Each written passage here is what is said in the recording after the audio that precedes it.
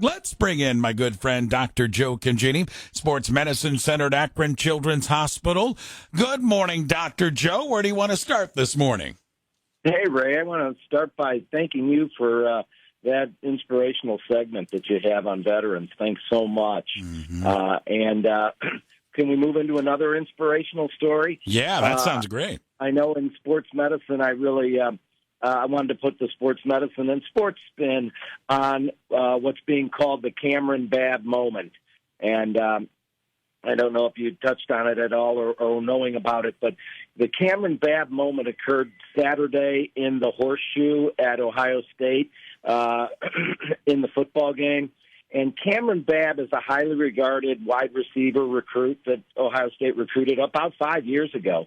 And he caught what many would think would be a meaningless fourth-quarter touchdown in the Indiana game, and it caused and touched off a great celebration in the end zone, and that went on for several minutes, and people were kind of wondering why if they didn't know the story. And the story is that Cameron Babb has been through 4 ACL surgeries in his career.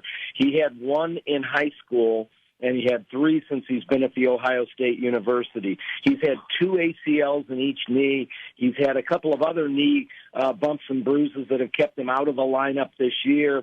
He's finally healthy, and in the first pass that he caught for a touchdown in Saturday's game, and his teammates just totally mobbed him. They talk about that it represented hope and resilience and leadership. Teammates talked about his power of prayer and faith and all the things that it brought to bear. His coach, Ryan Day, called it a magical moment in the Horseshoe. And for me, it's helpful because I try to use moments like that to lift up young athletes that are in my office that are going through similar things. I had a couple of weeks ago, Ray, where I had about 4 ACLs in 1 week. And so ACL isn't, of course, the only injury that has a long-term recovery, and sometimes kids never recover. They're so devastated when we tell them about the injury and they know they'll be out for a long period of time. I've used kind of the bad Nick Chubb injury some to help with kids, trying to lift them up and give them some inspiration. But the Cameron Babb story is really pretty amazing when they talk about how he just kept going back and kept working hard, and it's just such a great story. A lot of people wondered on the sports medicine end a little bit, and a couple questions that I've had around town is how many people that end up with an ACL tear that is fixed surgically end up with a re-tear. And I spoke with one of the best sports surgeons in town that does a lot of ACLs. One of my partners is Dr. Pat Riley Jr. And then looking up in the literature, most people say it's about 10 to 20% of people that tear an ACL and have it fixed may get a re-tear.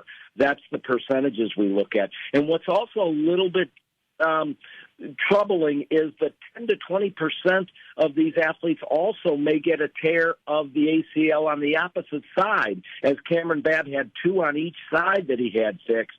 As you know, 9 to closer to 12 months of rehabilitation and hard work and rehab to come back.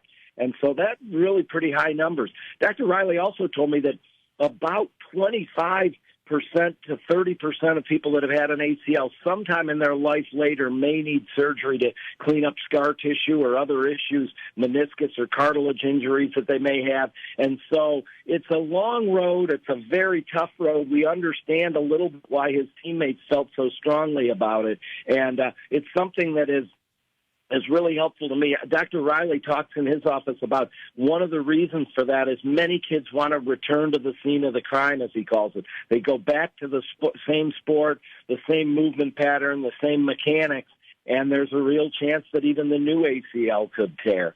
But a story like the Cameron Babb story is really inspiring, and on the other hand, I also have to say I'm so blessed to be at Akron Children's Sports Medicine. We have 3 sports surgeons who work around town and do so many ACL reconstructions do such a good job. That gives kids the best chance to not be in that re-tear rate. When you have somebody that has great experience, like Dr. John Pulowski works with University of Akron, and Dr. Riley Jr. works with Hudson High School, and Dr. Kerwin Jones works with Copley High School.